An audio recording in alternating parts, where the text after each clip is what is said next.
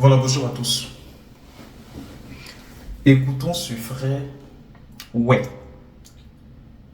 Écoutons ensemble ce frère Guéril qui aujourd'hui sensibilise la communauté. Ouais. Écoutons. Allez les dire qu'en 2025 là, aucun guerrier ira mourir pour Gbagbo. Ouais, c'est ça que la vérité. Aucun guerrier ira mourir pour Gbagbo. En 2025 là, il n'y a pas un guerrier qui allait mourir pour Gbagbo. En tant qu'un digne fils de l'Ouest, en tant qu'un enfant de Bangolo, j'aimerais dire à tous les Gbagboïs, les Gbagbouriens là, que nous les guerriers là, 2025 là, il n'y a pas quelqu'un qui va mourir pour Gbagbo. Parce que vous là, vous êtes foutaises. Vous ne respectez pas les gens de l'Ouest. Hein? Vous ne respectez pas les gens de l'Ouest. Vous êtes foutaises. Les Marocs ont tué nos parents en 2000 là. Hein? Les Marocs ont tué nos parents en 2010 là. C'est les mêmes là, vous êtes partis vous rallier à eux. Les Marocs de l'AES là, vous êtes partis vous rallier à eux, non? Hein? Parce que vous ne respectez pas les gens de l'Ouest. Mais j'aimerais vous dire, vous là, si vous pensez qu'en 2025 là, nous les enfants de l'Ouest, on va aller mourir pour Gbagbo là, vous êtes menti. Voilà, vous êtes menti. Parce que nous les gens de l'Ouest là, nous aussi là, on veut le développement. On veut que l'Ouest soit développé. On veut que chez nous les guerriers là, ça soit développé. On veut avoir les routes là-bas. On veut avoir les lumières. On veut avoir l'eau. Vous pensez que quoi? Vous pensez que nous là, on est maudits quoi? Je pense que nous venons tous d'écouter ce frère Guéril. D'entrée de jeu, j'aimerais dire que j'ai failli couler des larmes quand j'ai écouté la vidéo de ce frère en question. Parce que je me suis dit, enfin, voilà un frère, ouais. Voilà un frère Guéril qui aujourd'hui monte au créneau pour sensibiliser ses parents. Non pas parce qu'il déteste le président Laurent Gbagbo, mais une manière pour lui pour exprimer sa déception, son amertume face, j'allais dire, à ce qu'on a qualifié l'incapacité du président Laurent Gbagbo de sécuriser les populations, et plus spécifiquement le peuple guéri, qui ressent un amour profond.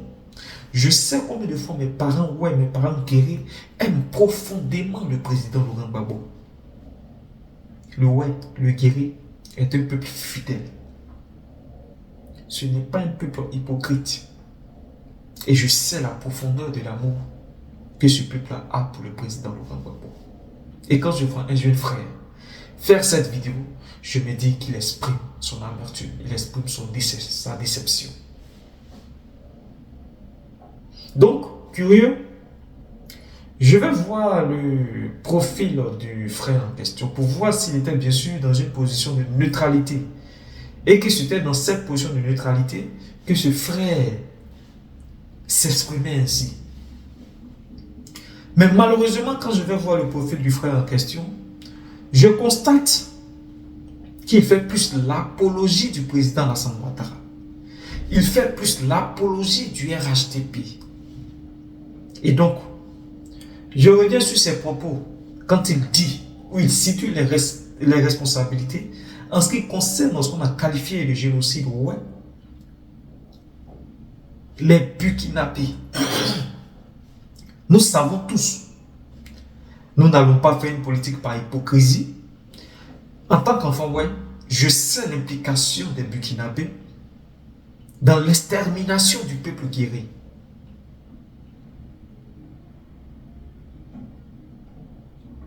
Mais je dissocie cette responsabilité des enjeux colossaux aujourd'hui que l'Afrique a. Parce que le frère en question dit qu'il est déçu de voir le président Laurent Gbagbo apporter son soutien à l'AES.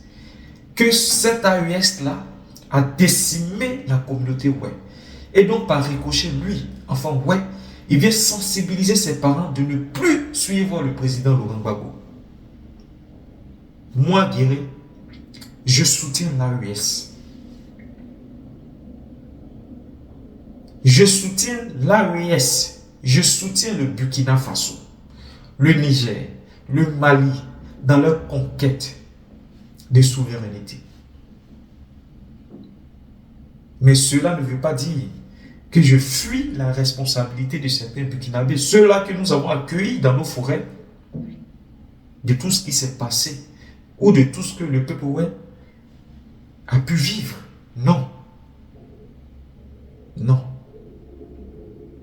Mais quand je vais voir le profil du frère en question, que je vois qu'il apporte son soutien au RHDP, parce qu'il est plus facile d'accuser les Burkinabés chez nous.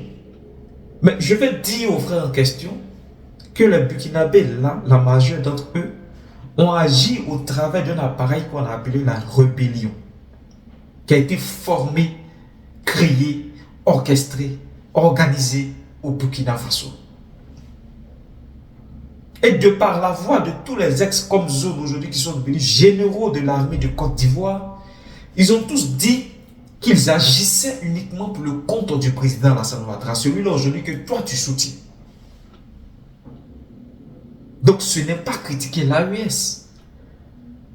Mais aujourd'hui, de par ta position, en tant que guerrier, je peux dire que tu soutiens celui-là qui a assassiné. Celui-là qui a tué tes parents guéris. C'est aussi ça la triste réalité. Et je vais te dire simplement pourquoi aujourd'hui, moi je soutiens le président Tidiane Tiam. En quelques points.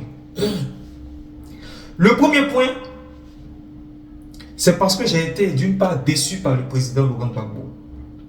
Je n'étais pas militant du FPI. Je n'étais pas militant du PPACI. J'étais acteur de la société civile. Mais j'aimais le président Laurent Gbagbo. Et aujourd'hui, malgré le combat que je mène pour le président Tidiane Tiam, j'aime le président Laurent Gbagbo humainement parlant. Mais politiquement parlant, j'ai dit qu'aujourd'hui, je préfère, d'un point de vue politique, soutenir le président Tidiane Tiam.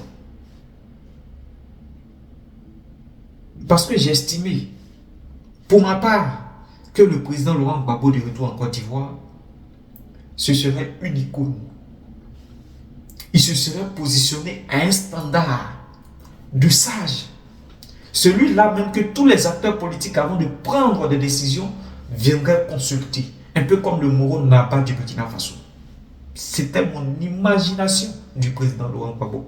Pour moi, il serait sorti grand s'il ne revenait même pas dans cette quête perpétuelle de présidence politique. Ça, c'est la première imagination, la première image que j'avais du président Laurent Gbagbo. Il se positionnerait comme un patriarche. Il allait réunir tous ses enfants politiques. Donc, quand on mène ce combat-là et qu'il est libéré, c'est ce à quoi je m'attendais. Et ma deuxième déception, c'est la sortie encore du président Laurent Gbagbo sur le peuple ouest. Lorsqu'il dit qu'on a été simplement décimé à cause de nos forêts. Ici, j'ai perçu en quelque sorte que le président Laurent Gbagbo voulait fuir ses responsabilités. Pas ses responsabilités par rapport à tout ce qui est arrivé, mais aussi l'amour, reconnaître que le peuple a été décimé par amour pour lui. Je ne l'ai pas ressenti dans le discours du président Laurent Gbagbo.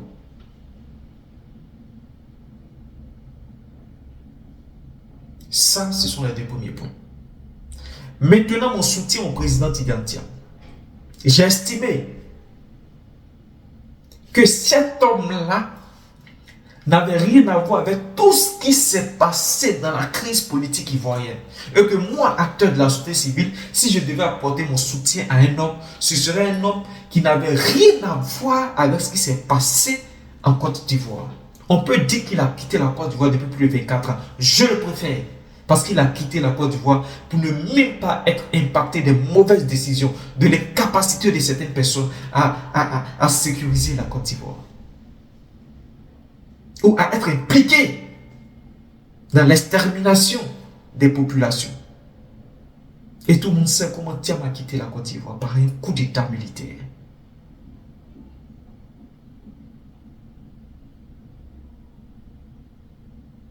Donc, voilà ce qui justifie aujourd'hui ma position.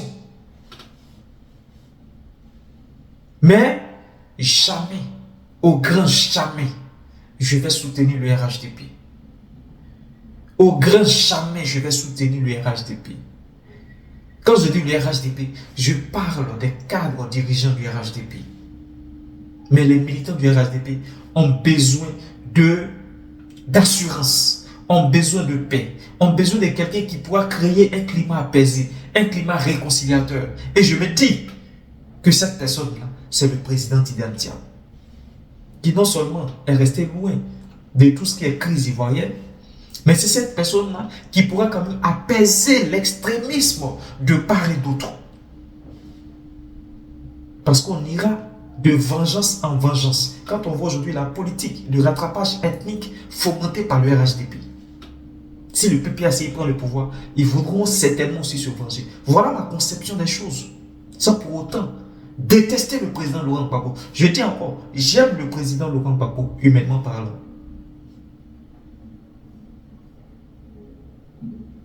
Donc, voilà un peu ce qui justifie ma position et la réponse que je voudrais apporter à ce jeune frère.